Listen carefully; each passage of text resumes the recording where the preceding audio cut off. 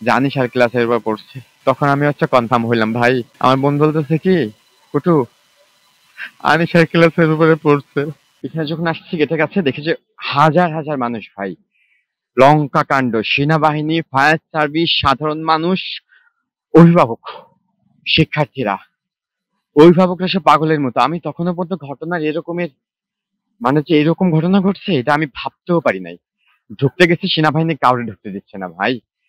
আইসিতে হচ্ছে ঢুকবো, বাচ্চারে খুঁজবো, কিন্তু ঢুকতে দিচ্ছে না। সেনাবাহিনী আমাকে প্রচুর, প্রচন্ড পরিমাণে একটা বাড়ি মারলো আমার পিছনের সাইডে।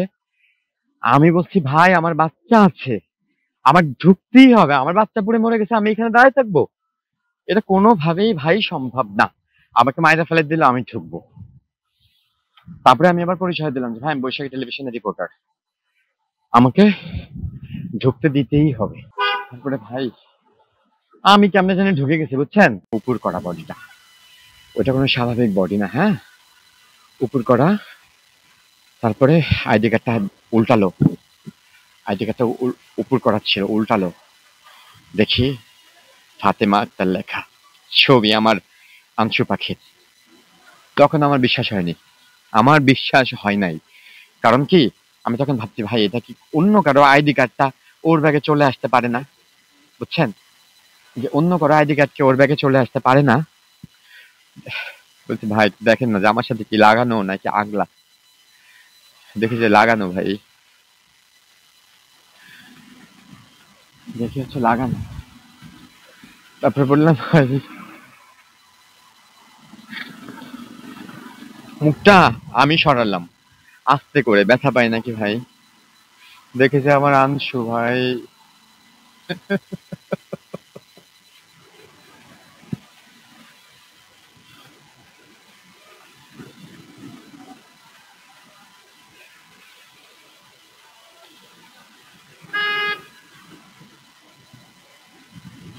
তারপর হচ্ছে আমার বিশ্বাস হয়নি,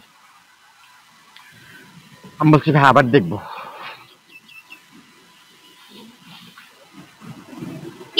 আমি বলছি আবার দেখবো, আমি আমার আংশু পাখি নামে আবার দেখবো। মুখ যখনই দেখি তখনই দেখি আমার আনিশা। সোমবার ওর হচ্ছে জ্বর ছিল, ওর জ্বর সারছে মাত্র, ঠিক হয়েছে। আর ওর ছোট ভাই আনিশার হচ্ছে, ওর স্কুলের নাম হচ্ছে ফাতেমা আক্তার, ওর নাম হচ্ছে আনিশা। তো ওর বাবা রাখছে হচ্ছে ফাতেমা, ওর দাদা বাড়ির সবাই ফাতেমা নামে ডাকে। আর আমার আম্মার নামও যেহেতু ফাতেমা, আমরা আর ফাতেমা বলি না, আমরা রাখছি হচ্ছে আনিশা। তো আমি ওরা ডাকি হচ্ছে আনসু। হুম, আনসু পক্ষী বলে ডাকি ওরে আমি। তো ওর সাথে আসলে আমার প্রায় দেখা হয় না, আমার সাথে খুব কম দেখা হয়। ও 7টা সাড়ে 7টায় স্কুলে চলে আসে, আর আমি অফিসে, যখন আমি তখন ঘুম থাকি।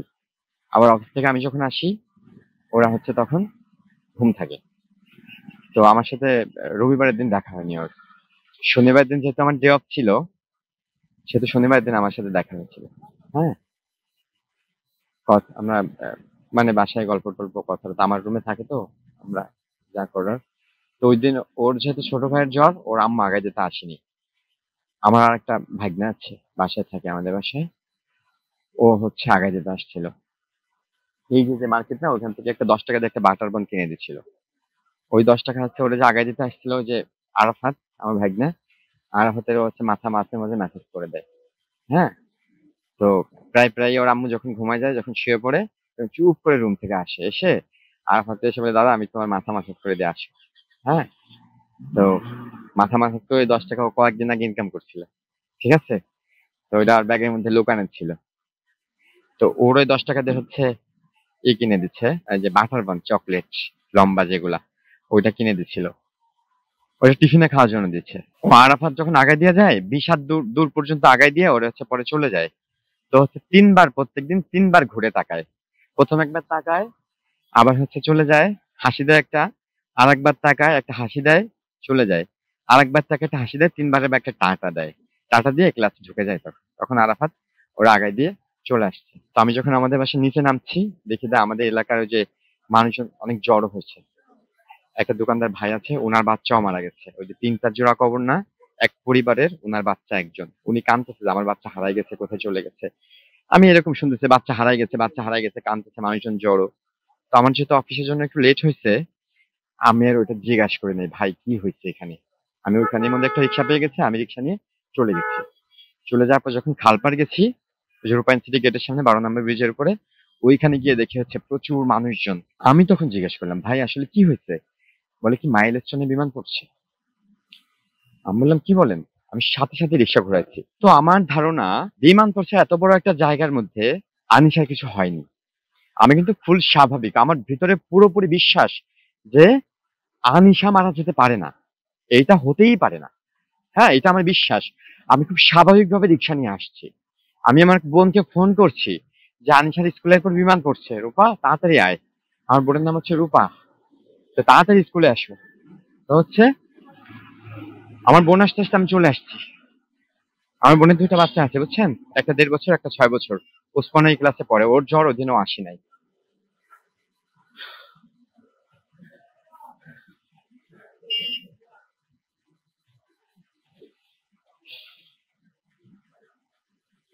তারপরে কি হয়েছে আমার মনে নাই, ঢুকতে দিচ্ছে না অভিভাবকরা এখানে, ভাই সবাই কাঁদতেছে, চিল্লাচ্ছে, সবার বাচ্চা আগুনে পুড়ে যাচ্ছে, কারো ঢুকতে দিচ্ছে না ভাই। এটা কি কেউ মানে নাকি? তারপর আবার তো এখানে সব জায়গায় মানুষ, তো ঢুকতে না দিলে আর মানুষের ভিতরে হইলো কেমনে করে? তো মানুষ ভাই ঢুকে যাচ্ছে, আমি ঢুকে গেছি ভাই। ঢুকে গিয়ে আমি আসলে না আনিশার এই ক্লাসটা চিনি না, ওরে নতুন বছর ক্লাস চেঞ্জ করা হয়েছে তো। এই যে এই বছরে ও হচ্ছে ইংলিশ মিডিয়ামে ছিল, বা ইংলিশ ভার্সন কি জানি, হ্যাঁ। ওরে ওইখান থেকে দিয়ে দেখলাম যে অনেক চাপ হয়ে যায়। আমি আমার বোনরে বলছি কি, এরকম মানুষ করার কোনো প্রয়োজন নাই, এত চাপ দিয়ে ওরে বাংলা মিডিয়ামে আন। হুম, বাংলা মিডিয়ামে আনছে ওরে। আনার পর ক্লাস চেঞ্জ হয়েছে, ক্লাস হচ্ছে ওই পাশে বুঝছেন, যে পাশে বিমানটা পড়ি নাই, ওই পাশে। তো আমি না ওই দিকে দৌড়াচ্ছি, যে ছোটদের ক্লাস মানে সবারই ওই দিকে। তবে আমি জিজ্ঞেস করতেছি ভাই ক্লাস 3 কোনটা, যেটা বিমান, আমি বিমান পড়ছে যেটা, ওটা বিমান তো পড়ছে, আমি ওটা দেখতেছি যে বাংলা মিডিয়ামের ক্লাস 3 ক্লাস কোনটা। তো সবাই বলতেছে কি ভাইয়া বিমান পড়ছে ওইটা না। তখন ভাই বোঝেন আমার কলিজাটা কত বড় হয়ে গেছে। বাচ্চারা পড়তেছে এটা তো একটা কষ্ট আছে, কিন্তু আমি তো আমার বাচ্চা খুঁজতেছি। তো হচ্ছে যে বিমান পড়ছে ওইটা, বলছে ভাই ওইটা ক্লাস 3 বাংলা মিডিয়াম হচ্ছে এই পাশে, ওই পাশে না। তারপরে আমি ওদিক যাই, তারপরে যে আরেকজনের কাছে জিজ্ঞেস করছি ভাই ক্লাস 3 বাংলা মিডিয়াম কোনটা? বলে কি ভাইয়া যেটার উপর বিমান পড়ছে ঠিক ওইটা। তখন দৌড়ে যাই, আমি কমপক্ষে 10 জনের কাছে জিজ্ঞেস করছি, 10-12 জন। এর মধ্যে অর্ধেক মানুষ বলে যেটাই বিমান পড়ছে ওইটা, আর অর্ধেক বলে যে না এই পাশে। এখন আমি কোনটা যাবো ভাই বলেন? তখন হচ্ছে আমি ওইদিকে যাইতে গেলাম, বাড়াই ধরে খাদাই দেয়। তারপর হচ্ছে কি ওই যে ফায়ার সার্ভিসের পানির পাম্প, আমি পানির পাম্পটা ধরছি বুঝছেন, যে আমি পানি দিব। ঢুকতে যেহেতু দিচ্ছে না, সেহেতু আমি একটু স্বেচ্ছাসেবীর অভিনয় করে আমি ভেতরে ঢোকার চেষ্টা করছি। কিন্তু পানির পাইপে এত ওজন, বা হচ্ছে এরকম এদিক ওদিক যায়, পড়ে যাচ্ছিলাম। তারপরে এর মধ্যে আমার বোন আসতে ফোন দিচ্ছে, বোন গেটে ঢুকতে দিচ্ছে না, হ্যাঁ। তারপরে আমার বোন ঢুকছে কোনো না কোনো ভাবে, ও বলছে ওর বাচ্চা আছে। মা রেখে ঠেকানো যায় নাকি বুঝছেন নাই? তো ও ঢুকে পড়ছে। এখন বলতেছে কি ভাই এইখানে ক্লাসরুমে বাচ্চা যত আছে সবাই মারা গেছে। হুম, হাসপাতালে নিয়ে গেছে, হাসপাতালে খোঁজেন, এখানে খুঁজে কোনো লাভ হবে না। কে জানি বললো ভাই, আমার মনে নাই আসলে। পরে আমার বোনকে ফোন দিলাম, বোনডে ও এখানে এখানে ও খুঁজে পাচ্ছে না। পরে আগে তোমার বোনকে খুঁজে পাইতে হবে, বোন কি করে না করে, নরম মানুষ। তো এখানে কথা কিছু বোঝা যাচ্ছে না। পরে আমরা ওই মার্কেটে চলে গেলাম। আমি বললাম কি সেলিম ভাই দোকানের সামনে আয়। সেলিম ভাইয়ের একটা বাচ্চা মারা গেছে, ওই যে আমাদের বাসার পাশে 3টা বাচ্চার একটা বাচ্চা হচ্ছে সেলিম ভাই, যে এক পরিবার 3টা বাচ্চা যেটা, ওইটা সেলিম ভাই। বললাম সেলিম ভাইয়ের দোকানের সামনে আয়। সেলিম ভাই দোকানের সামনে আসলো। তা বললো কি কুটু, মানে কুটু বলে আমার ছোট বোন, জানি স্যার ক্লাসের উপর পড়ছে।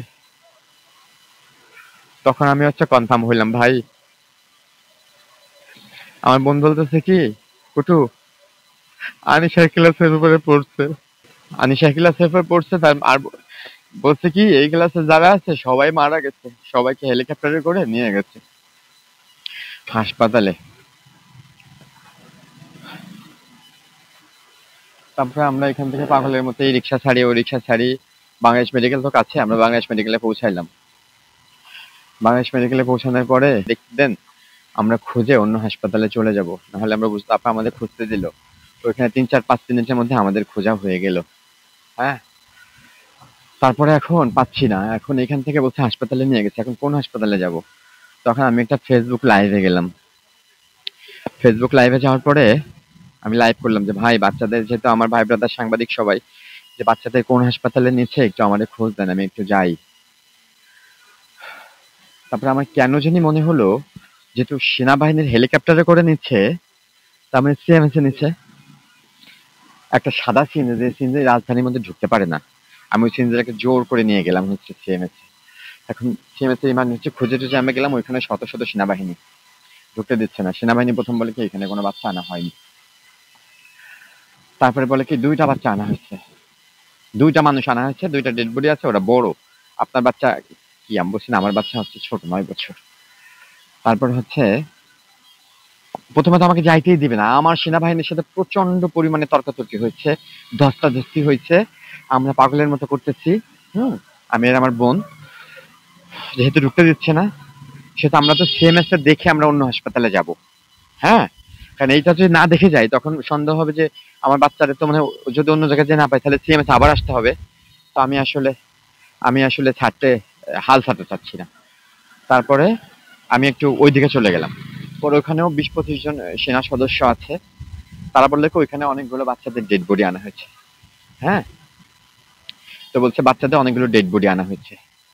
তারপরে আমি আবার সেনাবাহিনীর ওদের কাছে গিয়ে বললাম কি, আপনাদের ওই পাশের সদস্যরা তো বললো যে এখানে অনেকগুলো ডেড বডি আনা হয়েছে বাচ্চাদের, আপনারা মিথ্যা কথা বলতেছেন কেন? দেখেন আপনারা তো সেনাবাহিনী দেশের, আপনাদের প্রতি হচ্ছে আমাদের সবচেয়ে বেশি আস্থা, আপনারা সবচেয়ে বেশি সুশৃঙ্খল।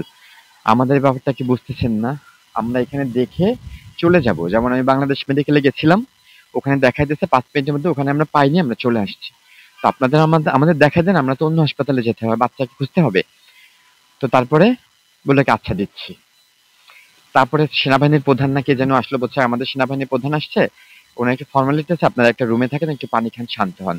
আমি বললাম ভাই আমরা পানি খাবো, আমরা শান্ত হইতে আসছি এখানে, আমাদের একটু দেখাই দেন, আমরা এখান থেকে দেখে অন্য হাসপাতালে যাবো, আমি বার্ন ইউনিটে যাবো। এরপরে টার্গেট হচ্ছে আমার বার্ন ইউনিট, কারণ ওইটা সবচেয়ে বেশি ইম্পর্টেন্ট, ওইখানেই নেবে, বার্ন ইউনিটেই নেবে।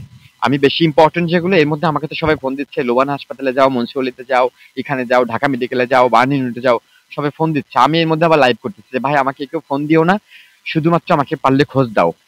ওর নাম হচ্ছে ফাতেমা আক্তার, স্কুল নাম, ওর অনেক বড় চুল, খুব সুন্দর চেহারা, কোমর পর্যন্ত চুল, আমাকে পারলে খবর দাও, আমাকে এরকম করে ফোন দিও না, ফোনটা হ্যাং হয়ে যাচ্ছে। আমি এর মধ্যে 3-4টা লাইভ অলরেডি করে ফেলছি ফেসবুকে, পাগলের মতো করে, বুঝছেন, পাগলের মতো করে অনেকগুলো লাইভ করে ফেলছি। পরে আবার আমাকে দেখছে অনেকে বলতেছে যে আপনি মানুষ এর ব্যবস্থা লাইভ করে কিভাবে, উনি কি ভিউ ব্যবসা করতেছে নাকি? হ্যাঁ, 2-4 জন এবার এগুলা বলছে। ঠিক আছে, আমি পরে দেখলাম। তারপরে আমাকে এরকম 1 ঘন্টা 1.5 ঘন্টা পরে সেনাবাহিনী আমাকে ভিতরে নিল, মেলাক্ষণ সেনাবাহিনীর সাথে আমার ঘটনা ঘটে গেল। আমরা এর মধ্যে পাগল হয়ে গেছি, আমার বোন তো পাগল হয়ে গেছে ভাই তার বাচ্চার জন্য, আমরা ভাই তখন পাগল হয়ে গেছি। হ্যাঁ, এখন তো আমরা সুস্থ হয়েছি। হ্যাঁ, তারপরে সারি সারি লাশ, ডেড বডি, সারি সারি ওই যে সাদা কাপড়, ওই যে প্যাকেটে মোড়ানো, কি বলে ওটাকে, ডেড বডি যে যা রাখে, সারি সারি প্যাকেটে মোড়ানো ডেড বডি। তারপরে ওনারা একজন খুললো, 2টা খুললো, পেলাম না। 3 নাম্বারটা যেটা আসলো ওটা হচ্ছে পোড়া দলা, বললো ভাই এটা খুলে চিনতে পারবেন না, আমি বললাম আচ্ছা, সবগুলো দেখি, ওখানে যদি না পাই সে সেটা দেখবো।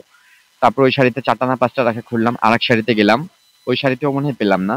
তারপরে আর একটা পাশে আবার 2 শাড়ি, এরকম দুই শাড়ি 2 জায়গায় গেলাম, নাকি সেকেন্ড শাড়িতেই 2টা খোলার পরেই যে বইটা খুললো, পা থেকে যখন গেল, ওটা বর্ণনা করা যাবে না, আমি বর্ণনা করতে পারবো না কি অবস্থায় দেখলাম আমার পাখিটাকে। হ্যাঁ, কলিজার টুকটাকে যেভাবে দেখলাম ভাই, এটা আসলে বর্ণনা করতে পারবো না।